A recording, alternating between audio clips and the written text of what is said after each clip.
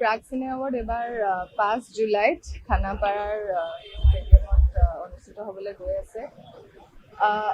অনস্বপীয়াভাৱে আমি এইবাৰ প্ৰাগ চিনে এৱাৰ্ডটো কৰি আছোঁ, যিহেতু জুবিন দা নোহোৱাকৈ প্ৰাগ চিনে এৱাৰ্ডটো কল্পনা কৰাও খুব কঠিন আমাৰ কাৰণে।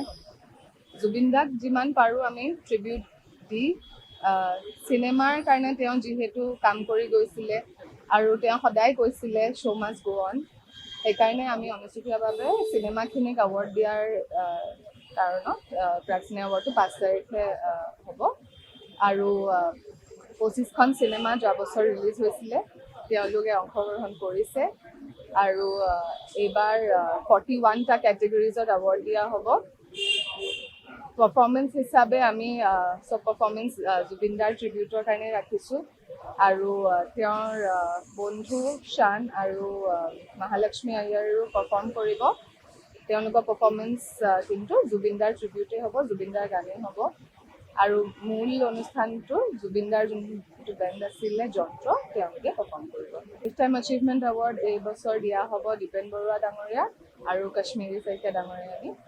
গ্ল'বেল আইকন এৱাৰ্ডটো দিয়া হৈ আছে অনুৰাগ শইকীয়াক, আৰু যোনটো য়াং এচিভাৰ এৱাৰ্ড আছে সেইটো দিয়া হ'ব কমল লোচনক। খানাপাৰাৰ জ্যোতি বিষ্ণু অডিটৰিয়ামত হ'ব।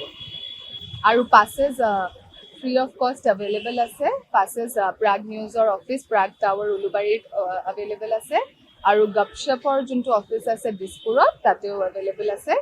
আৰু আমি চেষ্টা কৰিম কি লোকেল কেফেজ আৰু ষ্ট'ৰ্ছত পাছেছখিনি এভেইলেবল কৰিবলৈ। লিমিটেড পাছেছ আছে, যিহেতু তাতে ৫,০০০ কেপাচিটি হয় অডিটৰিয়ামটোত। চ' যিমান সোনকালে পাৰে আপোনালোকে পাছেছখিনি গ্ৰহণ কৰিব। প্ৰাগ চিনে এৱাৰ্ড এইবাৰ ৫ জুলাইত খানাপাৰাৰ ষ্টেডিয়ামত অনুষ্ঠিত হ'বলৈ গৈ আছে। অনস্বপীয়াভাৱে আমি এইবাৰ প্ৰাগ চিনে এৱাৰ্ডটো কৰি আছোঁ, যিহেতু জুবিন দা নোহোৱাকৈ প্ৰাগ চিনে এৱাৰ্ডটো কল্পনা কৰাও খুব কঠিন আমাৰ কাৰণে।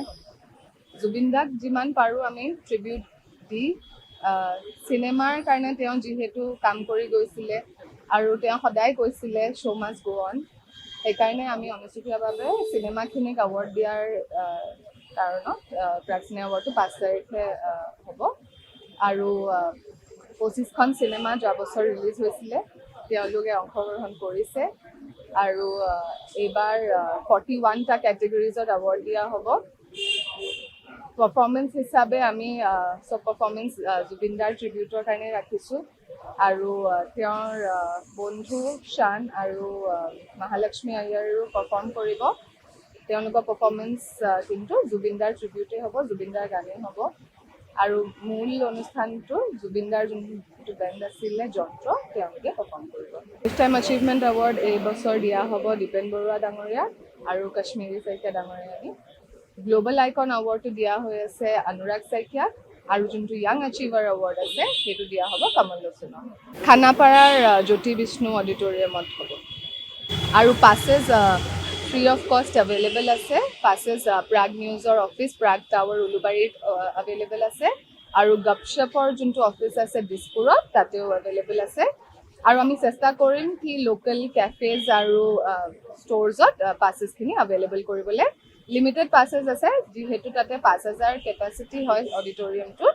চ' যিমান সোনকালে পাৰে আপোনালোকে পাছেছখিনি গ্ৰহণ কৰিব।